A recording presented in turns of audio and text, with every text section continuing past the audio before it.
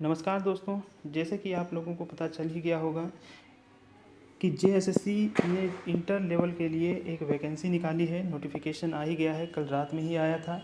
और इस वीडियो के माध्यम से हम लोग जानेंगे उस नोटिफिकेशन में ऐसा क्या है जो आप लोगों को जानना है। तो अभी तो फॉर्म भराना शुरू नहीं हुआ है, जल्द ही भराना शुरू हो जाएगा। आप इसका जो है एप्लीकेशन फॉर्म भर सकते हैं। लेकिन इससे पहले हम लोग जान लेते हैं नोटिफिकेशन के माध्यम से कि इसमें क्या ऐसा है जिसे आपको ध्यान में रखना है। सिलेबस क्या है, इसकी एलिजिबिलिटी क्या है। जैसे इंटर लेवल का है तो जाहिर सी बात है इंटर पास होना अनिवार्य इसमें है। प्लस में और भी क्या है, इसकी टेक्निकल जो टर्म्स हैं, इसकी कह सकते हैं कि छोटी बहुत जो इकाइयाँ हैं जो हमें जानना चाहिए नोटिफिकेशन में। अब नोटिफिकेशन आप पढ़ नहीं सकते हैं, तो मैंने आपके लिए पूरा नोटिफिकेशन पढ़ा है और उससे कुछ ऐसे ऐसे चीज़ को हाईलाइट किया है जो आपको जानना जरूरी है इस नोटिफिकेशन में। तो चलिए शुरू करते हैं। जैसा कि आपको पता है, झारखंड कर्मचारी चयन आयोग जिसे शॉर्ट फॉर्म में जेएसएससी के नाम से भी जाना जाता है, उनके द्वारा ये निकाला गया है। अच्छा, किस लेवल का है? तो इंटर लेवल का है। अब जो इंटर नहीं जानते हैं तो उनको मैं बता देना चाहता हूँ संख्या के माध्यम से कि ये 12th प्लस के लिए है, यानी कि 12th आपने पास कर लिया है उन लोगों के लिए है। और थोड़ा सा हम लोग देखते हैं, जैसे कि आपको यहाँ पता है झारखंड चयन आयोग, झारखंड कर्मचारी चयन आयोग जेएसएससी के विज्ञापन संख्या की अगर बात करें तो विज्ञापन संख्या आपके सामने दिखाई दे रहा है 15/2023। और ये देखिए, इस पूरे जो वैकेंसी है, जो नोटिफिकेशन है, उसका पूरा नाम है झारखंड इंटरमीडिएट स्तर कंप्यूटर ज्ञान एवं झारखंड में हिंदी टंकन यानी कि हिंदी टाइपिंग की भी बात हो रही है। ठीक है, यहाँ कंप्यूटर ज्ञान तो है ही, प्लस में हिंदी टंकन का भी नॉलेज होना चाहिए। अर्हता धारक पद हेतु संयुक्त प्रतियोगिता परीक्षा 2023 नियमावली नियमित भर्ती। ठीक है, नियमित भर्ती है यानी कि रेगुलर भर्ती है। रेगुलर अगर इंग्लिश से देखेंगे तो नीचे यहाँ दिया हुआ है, इसको शॉर्ट फॉर्म में किया हुआ है, जिसका है JIS। क्योंकि पूरा फॉर्म ये नहीं लिखते हैं, कि शॉर्ट फॉर्म में ही आपको जो है देखने को मिलेगा। जब आप फॉर्म भरने जाइएगा एप्लीकेशन फॉर्म, तो इसी नाम से आपको सर्च करना पड़ेगा कि मैं इस फॉर्म को भरना चाह रहा हूँ, है ना। तो ये नाम याद रखना है, JIS CKHT CCE 2023 regular vacancy. चलिए आगे देखते हैं, आगे क्या खास है। अच्छा, ये किस विभाग के द्वारा आया गया है? तो कार्मिक प्रशासनिक सुधार एवं राजभाषा विभाग झारखंड सरकार की तरफ से ये आया हुआ है। देखिए, बहुत सारे डिपार्टमेंट में सरकार क्या करती है, अच्छे से प्रशासन करने के लिए कई सारे डिपार्टमेंट में भाग बांट देती है प्रशासनिक सेवाओं को।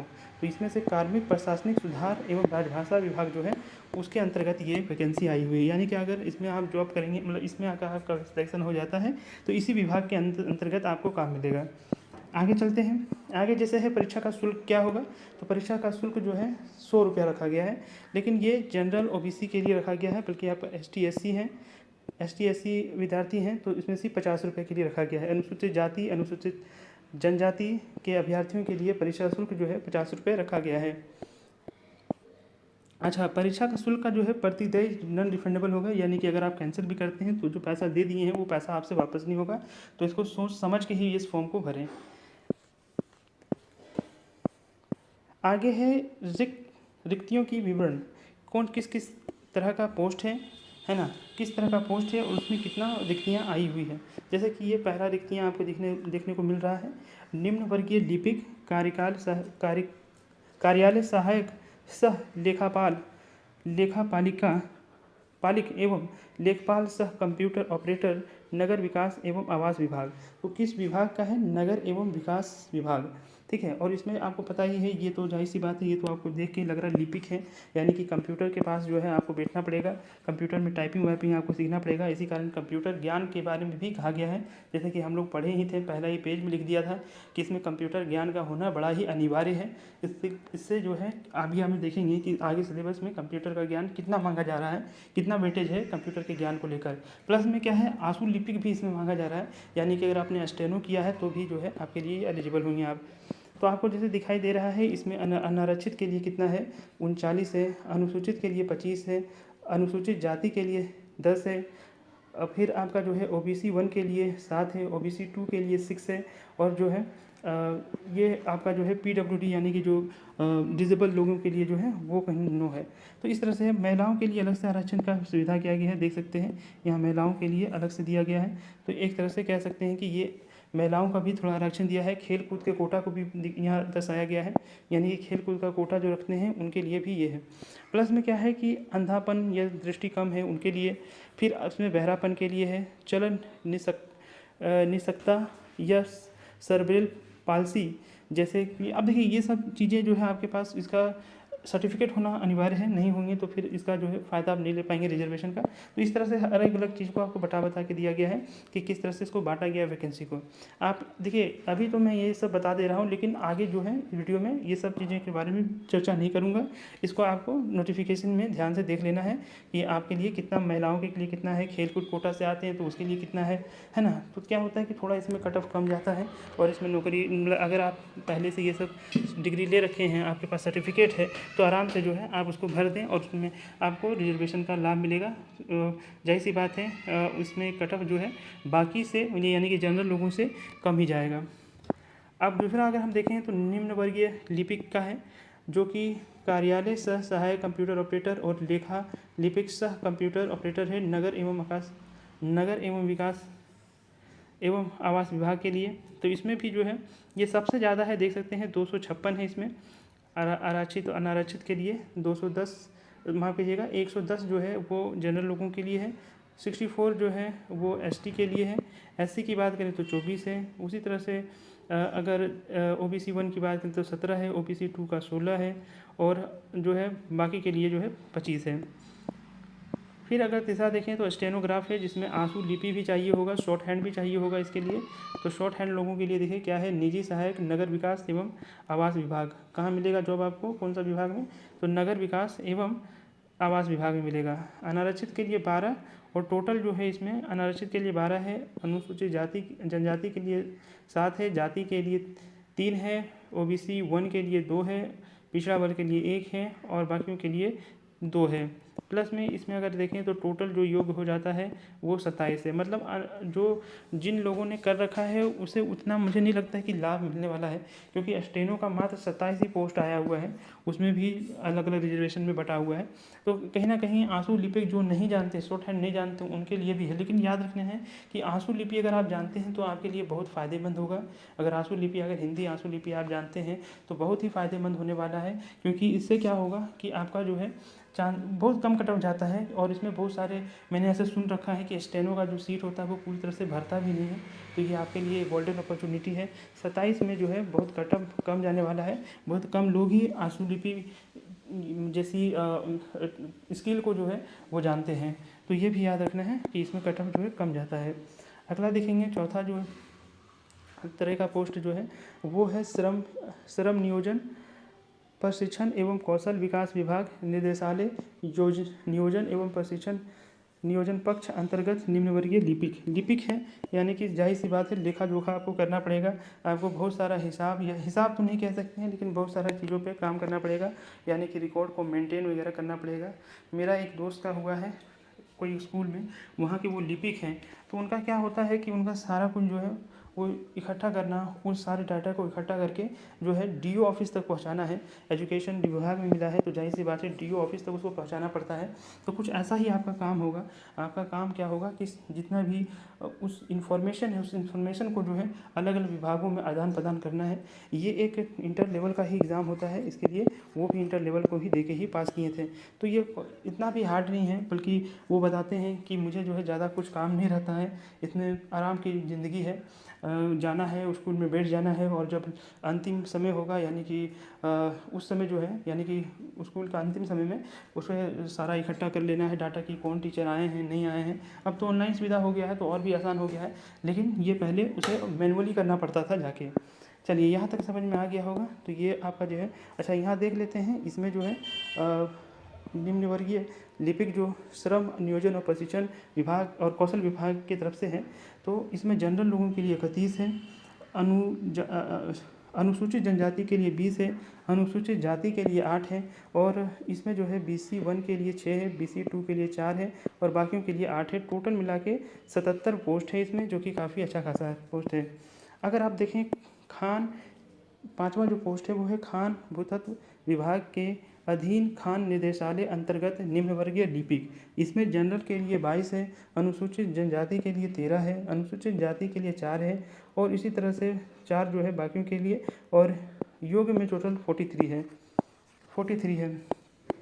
तो ये कह सकते हैं कि ये भी एक अच्छा है कि आप इसमें देखिए, इसमें बहुत सारा आपको वैकेंसी में आपको चुनने मिलेगा कि आप किस विभाग में जो है आप प्रेफरेंस देना चाहते हैं, उसी विभाग में आप प्रेफरेंस दीजिए। जाहिर सी बात है, जिसमें ज़्यादा होगा उसमें आप ज़्यादा होने की संभावना है, तो उसमें आप पहले ही उसको चुनिएगा। उसी तरह से जैसा कि बहुत लोगों को क्या होता है कि मुझे उसी खास विभाग में ही जाना है, तो वो प्रेफरेंस उसी तरह से देते हैं। तो हर एक प्रेफरेंस को भरने से पहले हर एक पोस्ट के बारे में जान लेते हैं कि किस किस जगह में कौन कौन विभाग मिल रहा है, ताकि भरने में सुविधा हो। अब है उच्च एवं तकनीकी शिक्षा के अधीन तकनीकी शिक्षा निर्देशालय और नियंत्रणाधीन अन्य राजकीय। अब देखिए, ये पूरा नहीं है, आप नीचे भी लिखा है राजकीय पॉलिटेक्निक, राजकीय महिला पॉलिटेक्निक संस्थान के निम्नवर्गीय लिपिक। तो इसमें देख सकते हैं कितने सारे पोस्ट हैं, टोटल जो है 38 पोस्ट हैं। और उसी तरह से 50% जो होगा वो रिजर्व, वो अनारक्षित के लिए होगा, 16 है, ठीक है। 16 जो है इसमें क्या है, अनारक्षित किया हुआ है और बाकी जो है रिजर्व किया हुआ है। तो रिजर्व का आप एक बार देख लेना है। बाकी जो है हम लोग देखेंगे श्रम नियोजन प्रशिक्षण कौशल विकास विभाग अंतर्गत श्रमायुक्त झारखंड के नियंत्रणाधीन क्षेत्रीय कार्यालय कारखाना एवं वाष्पित्र निरीक्षणालय को छोड़कर, ठीक है, उसको छोड़कर अंतर्गत निम्नवर्गीय लिपिक, ये सारे लिपिक ही हैं, अब है ना। सारा रिकॉर्ड रखने वाले को लिपिक कहा जाता है। थोड़ा बहुत कंप्यूटर वाला भी ज्ञान आपको चाहिए होगा, क्योंकि कंप्यूटर में ही अब सारा स्टोर किया जाता है ना। कहीं कहीं आपको मैनुअल मिलेगा, वहाँ कंप्यूटर की सुविधा नहीं होगी तो वो अलग बात है, लेकिन अधिकतर जो है चीज़ें आपको कंप्यूटर के माध्यम से उसे PDF बना के या जो भी उसको बनाना रहता है उस तरह से शीट बना के आपको जो है वो आपको रखना पड़ेगा, और वही इन्फॉर्मेशन जो है आपको सबमिट करना पड़ेगा। तो थोड़ा बहुत काम है इसमें, ज़्यादा काम नहीं है, आप आराम की ज़िंदगी जी सकते हैं इसमें। और ये टोटल जो है ये 64 सीट है, जिसमें से अनारक्षित जो है वो 33 है और बाकी जो है आरक्षित है। आगे देखते हैं हम लोग श्रम नियोजन प्रशिक्षण एवं कौशल विकास विभाग अंतर्गत श्रमायुक्त झारखंड के निर्माणाधीन क्षेत्रीय कार्यालयों कारखाना शिक्षणालय निरीक्षणालय अंतर्गत निम्नवर्गीय लिपिक, सारा लिपिक है, ठीक है, सारा लिपिक है, लेकिन अलग अलग विभाग में है। अपना विभाग चुन लीजिएगा, जब आप प्रेफरेंस देंगे तो किस विभाग में जाना पसंद करेंगे उस तरह से चुन लीजिएगा। क्या होता है कि अलग अलग विभाग में आपको अलग अलग तनख्वाह तो नहीं मिलती है, एक तरह की ही तनख्वाह मिलती है, लेकिन क्या होता है कि जो बाहरी पैसा आता है, जिसे आउटी मनी कहा जाता है, वो पैसा कहीं कहीं डिफरेंस होता है। तो जो जिसमें आउटी मनी ज़्यादा होता है, यानी बाहरी पैसा ज़्यादा होता है ना, ये जिसे मलाई कहा जाता है, वो मलाई जो है अलग अलग विभाग में होता है। जैसे खनन में लग जाइएगा तो उसमें अलग होगा, इसमें अगर ये इस तरह के विभाग में जाइएगा, है ना, श्रम नियोजन में, तो उसका अलग होगा। तो जो उसमें से बेस्ट होगा उसके बारे में भी हम लोग जानेंगे। आने वाले वीडियो में आपको बताएंगे कि कौन सा ऐसा विभाग होता है जिसमें ज़्यादा मलाई मिलता है आपको, है ना, आउटी मैंने ज़्यादा देखने को मिलता है, तो उसके बारे में भी जानने की कोशिश करेंगे। अच्छा, इसमें कितना है, तो 45 ऐसे पोस्ट हैं, और जाहिर सी बात है इसमें 22 जो है वो जनरल लोगों के लिए रिजर्व है, बाकी अनरिजर्व है। अगला है श्रम नियोजन प्रशिक्षण एवं कौशल विकास विभाग अंतर्गत श्रमायुक्त झारखंड के नियंत्रणाधीन क्षेत्रीय कार्यालय वाष्पीकरण, हमको लगता वही है, ऊपर वाला ही लिखा हुआ है, वाष्पित्र निरीक्षणालय अंतर्गत। अच्छा, ये देखिए, ये अब उसके अंतर्गत आ रहा है। पहला वाला पोस्ट था वो इसके अंतर्गत नहीं था, उसको छोड़ने को बोल रहा था, लेकिन ये जो है उसी के, तो सर टोटल जो है इसमें 10 ही है, ठीक है, 10 ही है, इसमें 5 अनारक्षित है, 50% इसमें जो है अनारक्षित किया हुआ है। अगला है श्रम नियोजन प्रशिक्षण कौशल विकास विभाग अंतर्गत क्षेत्रीय कार्यालय औद्योगिक प्रशिक्षण संस्थान के निम्नवर्गीय लिपिक। तो अलग अलग विभाग है, आप लोग ठीक से देख लीजिएगा, और सबसे विभाग किस विभाग में ज़्यादा है उस विभाग में जो है कट ऑफ जो है उस विभाग में लोग जो है सबसे ज़्यादा भरेंगे, और जाहिर सी बात है कट ऑफ भी उसका उसी तरह से जाएगा। इसमें 185 है, जो कि मुझे लगता है ये दूसरे नंबर पर सबसे ज़्यादा पोस्ट इसी में आया हुआ है ना। पहले में हम लोग 256 देखे थे, 256 देखे थे, बाकी इसमें भी जो है वो जनरल लोगों के लिए रिजर्व किया हुआ है। ये देखिए 75 रिजर्व किया है, 22 जो है अनरिजर्व है। तो इस तरह से टोटल जो हो जाता है वो कितना पोस्ट हो जाता है, वो एक सेकेंड, इसमें जो टोटल पोस्ट हो जाता है वो 863 हो जाता है ना, 863 जो है पोस्ट हो जाता है। फिर क्या लिखा है, कोटिवार रिक्तियों की संख्या अधियाची विभाग से अनुरोध के आलोक में संशोधित की जा सकती है, यानी कि 800 जो 863 जो दिखाई दे रहा है, इसमें संशोधन भी हो सकता है। इसमें आने वाले समय में इससे कम और बेसी भी ये किया जा सकता है, तो इसके लिए भी तैयार हैं। हो सकता है, ज़्यादा चांसेस यही रहता है कि ये बढ़ जाए, कम होने की बहुत कम ही संभावना होती है। कभी कभी जो है देखने को मिलता है कि कम होता है, लेकिन ज़्यादा कम नहीं होता है, कुछ ही पोस्ट कम होते हैं, बाकी अधिकतर समय में पोस्ट बढ़ते हुए ही दिखाई देता है।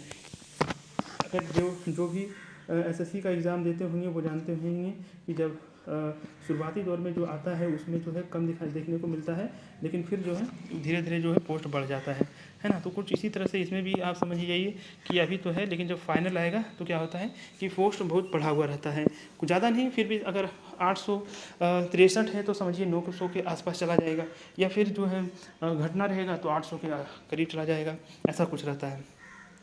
अब चौथा पॉइंट पे अगर हम देखेंगे तो परीक्षा के बाद सफल अभ्यर्थियों की पात्रता से संबंधित प्रमाण पत्र की जांच करेगा।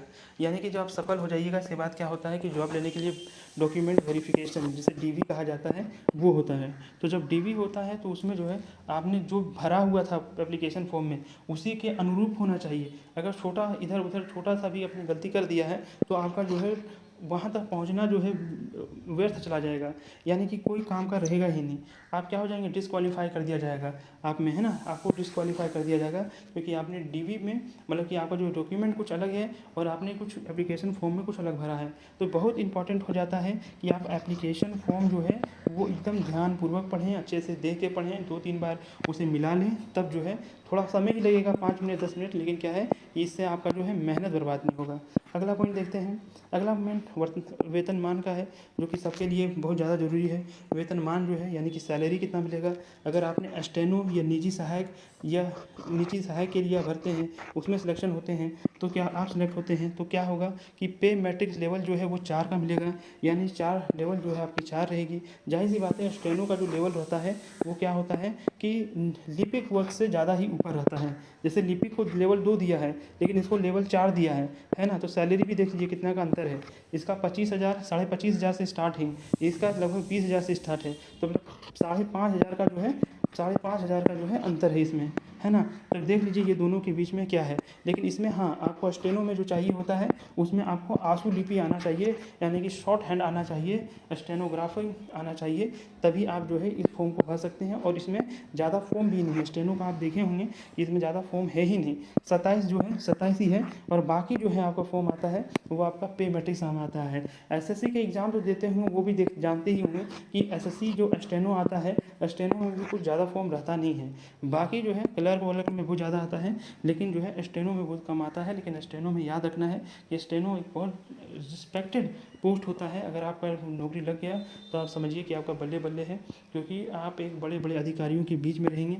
और बड़े बड़े अधिकारी के बीच में क्या होता है मुझे बताने की कोई ज़रूरत नहीं, मैं कुछ जानता हूँ, मुझे बताने की कोई इसमें ज़रूरत नहीं है। आप जानते ही होंगे कि अधिकारियों के अगर आप राइट हैंड बन जाते हैं तो आपका भी अधिकारी से कुछ तो पैसा जो है, आपका भी बाहरी पैसा जो है आपको जेब में भरना शुरू हो जाएगा। ज़्यादा मुश्किल नहीं है ना। और सब कुछ आप जान रहे होंगे विभाग में क्या चल रहा है नहीं चल रहा है, क्योंकि सारा काम जो है आप राइट हैंड जब बन जाएंगे आप किसी अधिकारी का, तो जाहिर सी बात है आप सब कुछ जान रहे होंगे। और एक पावरफुल पोस्ट है ये, ठीक है, ये बहुत पावरफुल पोस्ट है। तो स्टेनो बहुत कम निकलता है, लेकिन हाँ एक पावरफुल पोस्ट है। फिर है कौशल प्रशिक्षण की अगर आप बात करें तो आंसू लेखन की बात करें, यानी कि स्टेनोग्राफर की बात करें, तो इसमें सफल होने वाले अभ्यर्थी जो है उसको हिंदी आंसू लेखन चाहिए होगा। वैसे तो एसएससी वगैरह में भी हिंदी आता है, लेकिन अधिकतर उसमें पोस्ट जो आता है वो इंग्लिश का आता है। लेकिन इसमें जो है क्या आता है आपका आंसू लेखन में जो है हिंदी में इसमें मांगा जा रहा है, यानी कि इंग्लिश नहीं। अब जाहिर सी बात है झारखंड में जितने भी अधिकारी हैं वो हिंदी से काम करते हैं, है ना, हिंदी से काम करते हैं। तो हिंदी से काम करते हैं तो जाहिर सी बात है हिंदी को यहाँ पे आंसू लेखन मांगा जाता है। तो हिंदी आंसू लेखन आना चाहिए, वो भी 80 शब्द प्रति मिनट, यानी कि 80 शब्द आना चाहिए। 1 मिनट में 80 शब्द लिख सकते हैं, बोला जाएगा और आपको लिखना है तो 80 शब्द जो है प्रति मिनट लिखना है। और आपको हिंदी टंकन भी आना है, जिसमें से 30 शब्द प्रति मिनट जो है आप टाइप कर सकें, है ना, कीबोर्ड के माध्यम से 30 शब्द जो है टाइप कर सकें। अनुसूचित जनजाति या जाति हैं तो उसके अभ्यर्थियों के लिए 25 वर्ड है, लेकिन आंसू लेखन में उतना ही चाहिए। बाकी जो है आपको हिंदी टंकन में थोड़ा रियायत दिया गया है, 25 शब्द पर मिनट कर दिया है। बाकी जो है आंसू लेखन में कोई भी आपको रिजर्वेशन नहीं मिला है, कोई भी छूट नहीं मिला है। अगर हिंदी टंकन प्रशिक्षण की बात करें, यानी कि जो देखिए हिंदी टंकन तो दोनों अच्छा, इसमें देखिए आंसू लिपिंग तो हो गया।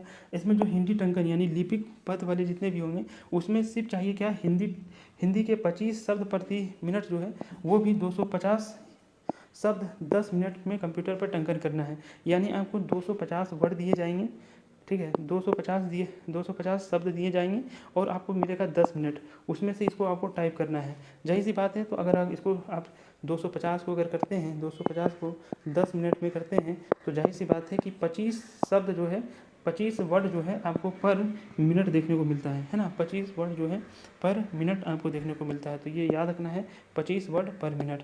अच्छा देखिए इसमें क्या होना चाहिए कि गलती भी नहीं होना चाहिए। आप जो टाइप कर रहे हैं उसमें 2% से ज़्यादा गलती नहीं होना चाहिए। 2% से ज़्यादा अगर गलती होता है तो आपको रिजेक्ट मान लिया जाएगा।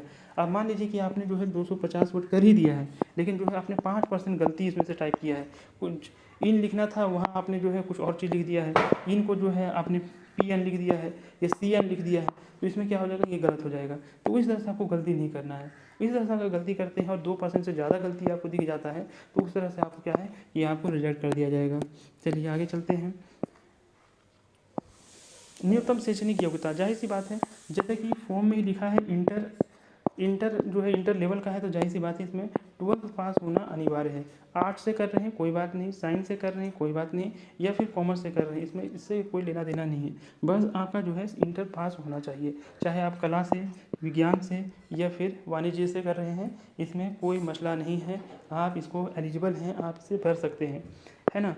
फिर देखिए आवेदन की अंतिम तिथि पर, अच्छा अगर आपने 12th अभी दिया हुआ है और अभी रिजल्ट नहीं आया है, आप रिजल्ट का इंतज़ार कर रहे हैं, आपको पता है कि आप पास हो चुके हैं और रिजल्ट आने का इंतज़ार कर रहे हैं, है ना, तो ऐसे समय में क्या होगा कि जब लास्ट डेट होगा, ठीक है, भरने का लास्ट डेट, यानी कि एप्लीकेशन भरने का लास्ट डेट से पहले आपके हाथ में रिजल्ट आ जाता है, तभी आप भरिएगा इसे। अगर नहीं हुए आपके पास, उसके बाद आता है और आपने पहले ही भर दिया है, तो फिर ऐसी स्थिति में आपका फिर जो है DV में जाके आप रिजेक्ट हो जाएंगे, है ना। तो इस बात का याद रखना है कि आपके हाथ में रिजल्ट आना चाहिए, अनिवार्य है, तभी आप भरिएगा। पासिंग डेट जो हो ना, पासिंग डेट कहीं लिखा हुआ होगा, ठीक है, कहीं सर्टिफिकेट में पासिंग डेट होता है या इशू डेट होता है, वो इशू डेट जो है वो अंतिम डेट से पहले का होना चाहिए। अगर बाद का होता है तो इस तरह से आपका DV में आपने मेहनत कर लिया और आपने सफल भी हो गए, लेकिन क्या होगा कि जब DV होगा, जब जॉब से यानी कि अपॉइंटमेंट लेटर देने से पहले DV होगा, तो DV में आपको दिखेगा कि इशू डेट जो है कुछ अलग है ना, मतलब रेफरेंस डेट से यानी कि अंतिम डेट से बाद में आया हुआ है, तो आपको इसे रिजेक्ट कर देगा, है ना। तो इसको भी आपको ध्यान रखना है बात को। आगे देखते हैं, कला, संस्कृति, खेलकूद या युवा कार्य विभाग के संकल्प संख्या 1709 दिनांक 12/9/2007 द्वारा श्रेणी ग के पदों की सीधी नियुक्ति। अच्छा इससे कोई ज़्यादा जानकारी लेना नहीं है, जो हमने रंग किया हुआ है उसी को लेना है। अच्छा देखिए अब कह रहा है कि न्यूनतम उम्र सीमा क्या होनी चाहिए गणना की तिथि में। पहले तो ये बात है कि न्यूनतम उम्र सीमा की गणना हेतु संदर्भ तिथि जो है वो 1/8/2023 है, 1/8/2023 है, यानी कि 1 अगस्त 2023 जो है वो लास्ट तिथि है। और अधिकतम, न्यूनतम तो ये है, और अधिकतम की बात करें तो अधिकतम जो है माना जाएगा, अधिकतम उम्र सीमा की गणना संदर्भ हेतु है 1/8/2019, ठीक है, 2019। तो इस तरह से क्या है, दो जो है न्यूनतम और अधिकतम जो है निकाला गया है। न्यूनतम आप देख लें कि न्यूनतम जो है 1/8/2023 और अधिकतम जो है 1/8/2019 है। अच्छा न्यूनतम उम्र सीमा कितनी होनी चाहिए, तो 18 साल हो जाना चाहिए। अगर आप 18 साल से नीचे हैं, जो कि बहुत सारे स्टूडेंट होते भी हैं, क्योंकि इंटर में जैसे ही एडमिशन दिया जाता है तो बहुत सारे बच्चे जो होते हैं 18 साल के नीचे होते हैं, तो जाहिर सी बात है वो नहीं भर सकेंगे। 18 साल होना अनिवार्य है, नहीं तो जो है आपको है, अगर नहीं है तो आप देख लें कि ये जो है ना ये आपका होना चाहिए, इसके बीच में होना चाहिए, ये सब बीच के में अगर आप 18 साल हो जाता है इसके बीच में, तब जो है आप भर देंगे, नहीं तो फिर जो भैया आप नहीं भर सकते हैं। आगे देखते हैं, अधिकतम उम्र सीमा यानी कि कार्मिक प्रशासन सुधार एवं राज्य विभाग विकास के संकल्प में आरक्षित लोगों के लिए 35 साल है, यानी कि अधिकतम जो है आप 35 साल के होते हैं तो आप जो है भर सकते हैं। अत्यंत पिछड़ा वर्ग 1 है तो 37 साल के लिए है, ठीक है। जनरल के लिए 35 साल अधिकतम है, आप 35 साल के अंदर में हैं, सर्टिफिकेट के अनुसार अगर 35 साल से नीचे के हैं तो आप इस फॉर्म को भर सकते हैं, अगर नहीं है तो आप जो है इसको छोड़ दें, नहीं तो फिर मेहनत कीजिएगा और फिर DV में जाके आप छटा जाइएगा।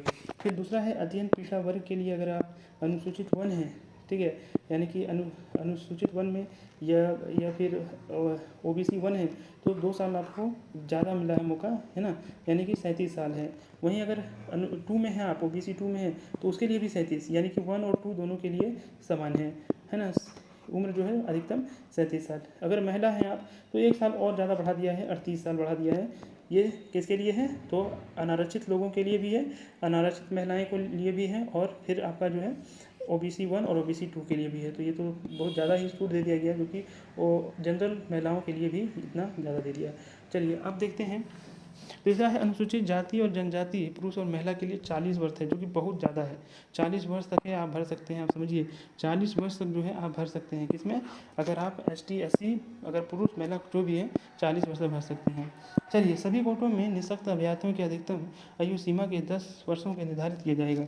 अगर आप निःशक्त लोगों में आते हैं, डिसेबल लोगों में आते हैं, तो आप समझिए कि जो भी हैं, जैसे जनरल का क्या था, जनरल का 35 था, तो आप 10 और जोड़ लीजिए, यानी कि आप जो है 45 साल के लिए मान्य है ना। अगर आप ST SC में थे, ST SC में हैं और डिसेबल हैं, तो 40 और प्लस 10 और जोड़ लीजिए, यानी कि आप 50 वर्ष तक जो है आप योग्य माने जाएंगे। SSC इंटर लेवल के लिए सिलेबस अगर आप बात कर लें तो मुख्य परीक्षा की अगर बात करें तो मुख्य परीक्षा के लिए 3 पत्र होंगे, यानी कि 3 पेपर और एक ही दिन में हो लिया जाएगा। 3 पेपर होगा, यानी कि 3 एग्ज़ाम होंगे, और वो भी जो है एक ही दिन लिया जाएगा, है ना। एक ही दिन में 3 होगा। 3 पानियाँ आप देख सकते हैं, 3 टेयर में ली जाएगी। प्रत्येक पत्र के लिए अवधि 2 घंटा निर्धारित की गई है, यानी कि 2 घंटे में आपको जो है एक पत्र 1-2 घंटे का। तो एक ऐसा होता है कि 9 बजे एग्ज़ाम शुरू हो जाएगा, 11 बजे तक एग्ज़ाम चलेगा, फिर 1 बजे शुरू होगा, है ना, 1 बजे शुरू करेगा, 2 घंटा चलाएगा 3 बजे, फिर 4 बजे चलेगा, फिर 4 से 6 बजे तक चला देगा। इस तरह से 3 बार एग्ज़ाम ले लेता है। तो आपको शाम तक जाना पड़ेगा। अगर आप कहीं दूसरे जिला को में मिल रहा है तो ये दिमाग में बैठा के रखिए कि आपको जो है शाम में ही आने का मौका मिलेगा, है ना, 5 बजे या 6 बजे इस तरह तक जो है एग्ज़ाम कंडक्ट होता है। अच्छा देखिए, पहला पत्र की अगर हम बात कर लें कि पहला पत्र क्या है, तो पहला पत्र आप देख रहे होंगे कि कुल जो है 120 क्वेश्चन है और अवधि जो है 2 घंटे की है ना। इसमें से हिंदी ज्ञान और इंग्लिश ज्ञान के बारे में होता है। जो सीजीएल का अगर आपने देखा होगा, जैसे सीजीएल का अगर आपने फॉर्म देखा होगा तो सेम उसी तरह से है ना, कुछ ज़्यादा नहीं है। क्वालिफाइंग है, 30 मार्क्स लाना अनिवार्य है ना, बस यही चीज़ है कि 30 मार्क्स लाना अनिवार्य है। दोनों मिला के 30 मार्क्स का जो है आप ले सकते हैं। अच्छा, दोनों मिला के 120 क्वेश्चन है, यानी कितना मार्क्स लाएँ, कितना अटैम्प्ट कर लें, कितना क्वेश्चन को अटैम्प्ट करें कि मेरा जो है वो 30% हो जाए। तो याद रखिएगा 36, 120 क्वेश्चन में सिर्फ 36 क्वेश्चन अगर आप सही से बना लेते हैं तो जो है आप क्वालिफाई कर जाइएगा। लेकिन 36 ही क्वेश्चन बना के नहीं आना है, आपको ज़्यादा आना है, ज़्यादा मार के आना है। अगर आपको लग रहा है कि 50 क्वेश्चन बना सकते हैं तो 50 क्वेश्चन मारिए, 80 क्वेश्चन बना सकते हैं तो 80 क्वेश्चन मारिए, कुछ भी मारिए, मतलब बना के आना है। अगर आप 120 में 120 मार सकते हैं तो मारिए। लेकिन हाँ, नेगेटिव भी है, ये भी याद रखना है कि इसमें नेगेटिव भी है, तो नेगेटिव नहीं मारना है। जितना जानते हैं 50 ही क्वेश्चन जानते हैं 120 में, 50 ही मारिए, आप क्वालिफाई हो जाइएगा। अगर क्वालिफाई हो गए तो फिर अगला आपका पेपर जो है चेक होगा, जो कि पेपर 2 कहलाता है ना। पेपर 2 तभी जे चेक होगा जब आप पेपर 1 क्वालिफाई कर लेंगे, 30 मार्क्स उसमें लेते आएंगे। नहीं लाए होंगे तो फिर आप इसमें कितना अच्छा मार्क्स क्यों ना लेते हैं, आपको कुछ भी जो है नहीं मिलने वाला है, कुछ भी मतलब कोई फ़ायदा ही नहीं है। आपको पेपर ही चेक नहीं होगा, पेपर 2 पेपर 3 ये चेक ही नहीं होने वाला। पेपर 1 जो है बहुत इंपॉर्टेंट हो जाता है। इसमें देख सकते हैं कि हिंदी, अंग्रेजी, उर्दू, संथाली, बंगला, मुंडारी जिसे मुंडा कहा जाता है, हो, खड़िया, कुड़ुक जिसे उड़ाव कहा जाता है, कुरमाली, खोटा, नागपुरी, पंचपर्गनिया, उड़िया, संस्कृत में से किसी एक भाषा की परीक्षा विकल्प के आधार पर अभ्यर्थी दे सकते हैं। यानी इनमें से कोई एक जो है आप भाषा जो है चुन सकते हैं और उसका सिलेबस के अनुसार तैयारी करके इसका जो है आप 100 क्वेश्चन के लिए 2 घंटे के लिए मिलेगा। 100 क्वेश्चन 2 घंटे के लिए ये पत्र 2 होगा, है ना। के संबंधित 100 प्रश्न के बहुवैकल्पिक यानी कि मल्टीपल चॉइस क्वेश्चन होगा, इसके आधार पर आप कर सकते हैं। इसमें भी 30 मार्क्स लाना अनिवार्य है। अगर 30 मार्क्स लाएंगे, ठीक है, तब जो है पेपर 3 आपका चेक होगा। मतलब एक के बाद एक सीढ़ी चढ़ने के लिए आपको जो है 30% कम से कम जो है लाना ही पड़ेगा। कम लाएंगे तो नहीं होने वाला है ना। अच्छा, इसका सिलेबस क्या है अभी देख लेते हैं। पेपर 3 के देखने के बाद जो है हम लोग क्या करेंगे, पेपर 2 के सिलेबस के बारे में देखेंगे। खोटा में क्या है, हिंदी में क्या है ना, ये सबको देख लेंगे। क्योंकि सबसे ज़्यादा जो चुना जाने वाला जो विषय होता है वो खोटा और हिंदी होता है ना। बाकी बहुत कम लोग इंग्लिश या फिर बाकी भाषा को चुनते हैं, लेकिन जो है अधिकतर खोटा और जो है हिंदी को ही चुनते हैं। चलिए, पत्र 3 को देखते हैं। पत्र 3 या कह सकते हैं पेपर 3 की बात करें तो इसमें समान ज्ञान से दिया है। इस पेपर का नाम है समान ज्ञान। तो जाहिर सी बात है समान ज्ञान देख के आपको समान अध्ययन तो याद आ ही गया होगा। तो अच्छा, समान ज्ञान में क्या है कि कुल 120 क्वेश्चन है। ठीक है, क्वेश्चन की संख्या जो है 120 है। पहला पेपर में कितना था, 120 था, है ना। पेपर 1 में भी 120 था, पेपर 2 में 100 था, और इस बार जो है 120 कर दिया गया है ना। तो टोटल देख सकते हैं इस तरह से तीनों पेपर को मिला के है 120 क्वेश्चन है, और जो है 2 घंटा का है। उसमें से समान अध्ययन यानी कि जीके जीएस वगैरह जो है आपसे पूछा जाएगा लगभग 30, और अगर देख सकते हैं, है ना, 30 क्वेश्चन इससे, और झारखंड संबंधी क्वेश्चन 40 क्वेश्चन जो है झारखंड संबंधी होगा। फिर जो है तीसरा नंबर में ग नंबर में जो रखा गया है वो है कंप्यूटर ज्ञान। कंप्यूटर ज्ञान एवं कंप्यूटर पर हिंदी टंकन से संबंधित प्रश्न, है ना। हिंदी टंकन यानी कि हिंदी टाइपिंग से रिलेटेड जो है आपको मारा जाएगा, है ना। हिंदी टंकन से जो है संबंधित जो है आपको कंप्यूटर पर इसमें प्रश्न पूछे जाएंगे। हिंदी टंकन, तो हिंदी टंकन एक तो आना भी चाहिए, और प्लस में जो है हिंदी टंकन रिलेटेड क्वेश्चन भी आपको किया जाएगा, है ना। कि आपको कीबोर्ड के सारे एक एक चीज़ को जान लेना है, एक एक फीचर को जान लेना है हिंदी टंकन में। अच्छा, वैसे आप तैयारी कीजिएगा तो आपको खुद ये पता चल जाएगा हिंदी टंकन और कंप्यूटर ज्ञान को भी जानना है। इसमें से 50 क्वेश्चन आने वाले हैं, तो इससे टोटल मिलके जो है कितना हो जाता है, 120 क्वेश्चन हो जाते हैं, और 2 घंटा समय दिया है। इसमें भी 30 मार्क्स आना जरूरी है। मान लीजिए कि आपने पहला पेपर क्वालिफाई कर लिया, दूसरा पेपर क्वालिफाई कर लिया, तीसरा पेपर में आप 30 से कम नंबर लाते हैं तो कोई जो है आपको डिसक्वालीफाई ही मान लिया जाएगा। इसमें तीनों में जो है 30 तो मिनिमम डालना ही पड़ेगा।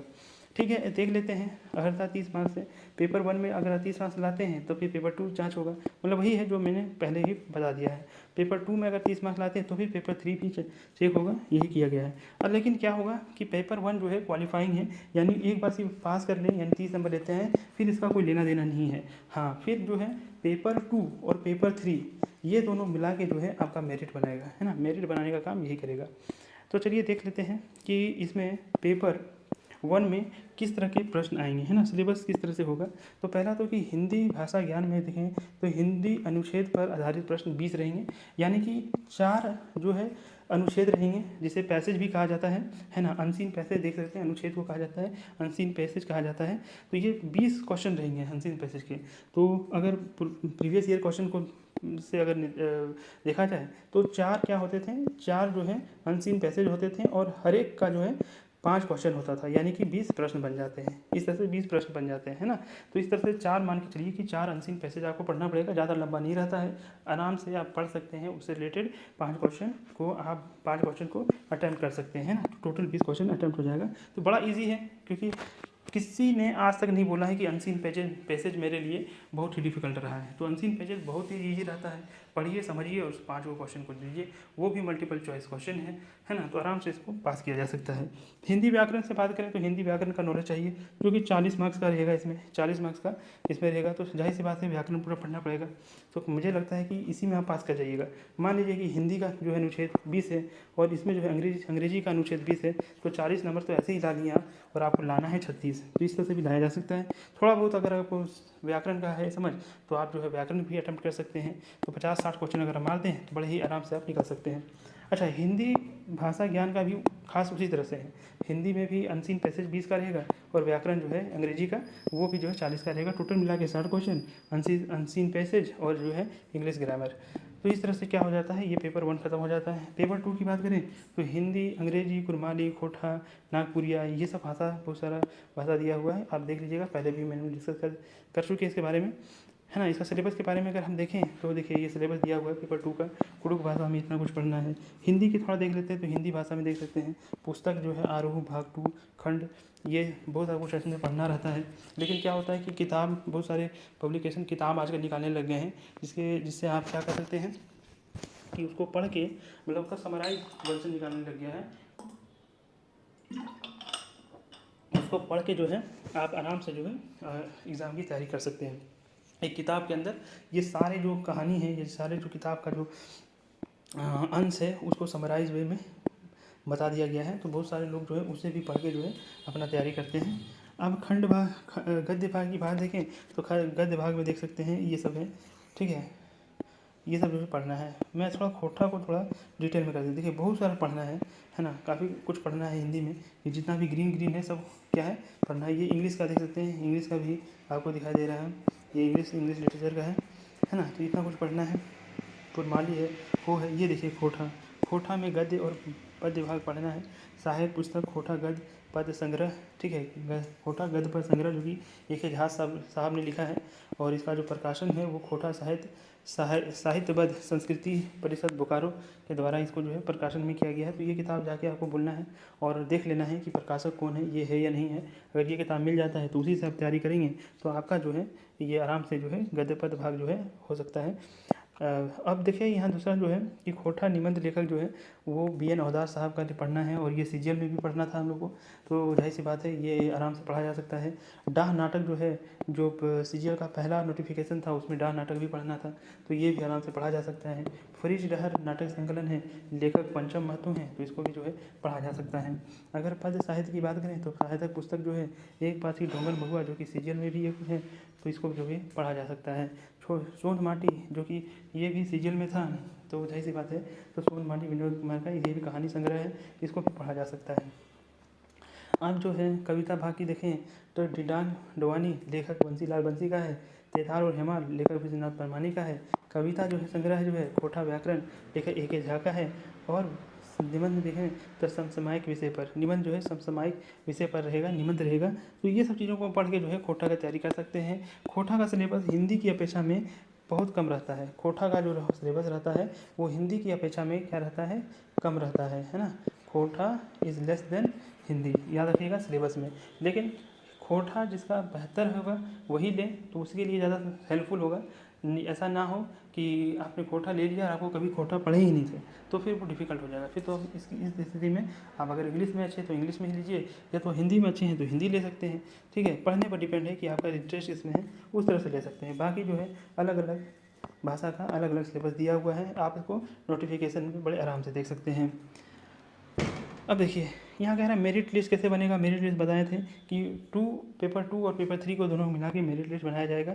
और ये देखिए कि दोनों को मिलाने के बाद कम से कम इतना मार्क्स होना चाहिए। अगर आप EWS से हैं या फिर जनरल से भी आते हैं तो 40 मार्क्स दोनों मिला के होना ही चाहिए। और फिर इसमें अगर देखा जाए तो 32 मार्क्स अनुसूचित जाति जनजाति और महिला के लिए 32 मार्क्स। BC1 के लिए अगर देखा जाए तो 34, BC2 के लिए देखा जाए तो 36.5 और आदिम जनजाति के लिए 30 मार्क्स अनिवार्य। इतना नंबर नहीं लाएंगे तो फिर जो है वैकेंसी सीट चाहे खाली क्यों ना हो, वैकेंट क्यों ना रह जाए, लेकिन फिर जो है एग्ज़ाम आपका नहीं लिया जाए। अब ऐसा कोई होगा नहीं, जाहिर सी बात है, मुझे लगता है बहुत अच्छा कट ऑफ जाने वाला है, ठीक है। तो मान के चलिए कि इतना कम तो कोई ला के, मतलब इससे कम तो कोई लाएगा ही नहीं, जाहिर सी बात है। जितना भी सफल विद्यार्थी होंगे ये इससे ज़्यादा ही होंगे, 60%, 70%, 80% तक जाएगा कट ऑफ। आगे देखते हैं अभ्यर्थी का प्रमाण पत्र के सत्यापन। चलिए ये सब तो जिसमें जाना कोई ज़रूरी नहीं है। आप देख सकते हैं जो नोटिफिकेशन जब हम लोग पढ़ रहे थे उस समय ये सब चीज़ के बारे में आया था, जैसे persisty 1 persisty 2 क्या है, तो ये नोटिफिकेशन के लास्ट में दिया हुआ है। यहाँ जाके आप देख सकते हैं कि आपको किस तरह से बनाना है, जाति प्रमाण पत्र किस तरह बनाना है, या फिर आपका जो है निवास प्रमाण पत्र या आवासीय निवास प्रमाण पत्र किस तरह बनाना है। तो ये सारा कुछ बना के अब यहाँ दे सकते हैं। persisty 3 हो गया है ना, तो ये टोटल जो है 10-11 दिया होगा।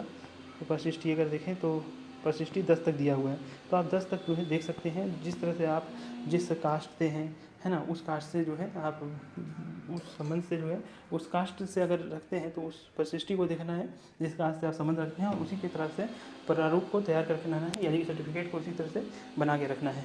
तो चलिए आज के लिए इतना ही है, मन लगा के पढ़िए, है ना। बहुत सारा वैकेंसी आ गया है, ये भी आप इंटर लेवल का भी आ गया है, तो जाहिर सी बात है आपको मेहनत करना पड़ेगा। और इसमें जो इंटर पास किए हैं, जाहिर सी बात है वो ग्रेजुएशन पास जो किए हैं वो भी भर सकते हैं इसको, तो इंटर पास वाले से भी नहीं, इसको ग्रेजुएशन पास वाले भी पढ़ सकते हैं।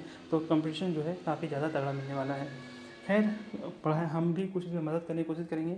हाँ, इस चैनल के माध्यम से आपको जो है इसका भी जो है तैयारी किया जाएगा। खोठा वोठा को हम लोग धीरे धीरे करके जो है कंप्लीट करेंगे। इसलिए जो है इस चैनल को आप क्या कर लिख सकते हैं, इस चैनल को सब्सक्राइब करें, ताकि क्या होगा कि आने वाले समय में इस एग्ज़ाम से लेकर आपको जानकारियाँ मिलती रहेगी, नोटिफिकेशन मिलता रहेगा, वीडियो मिलता रहेगा, ताकि जो है आपकी तैयारी में आपको मदद मिले। चलिए मिलते हैं अगले वीडियो में, तब तक सब्सक्राइब, लाइक और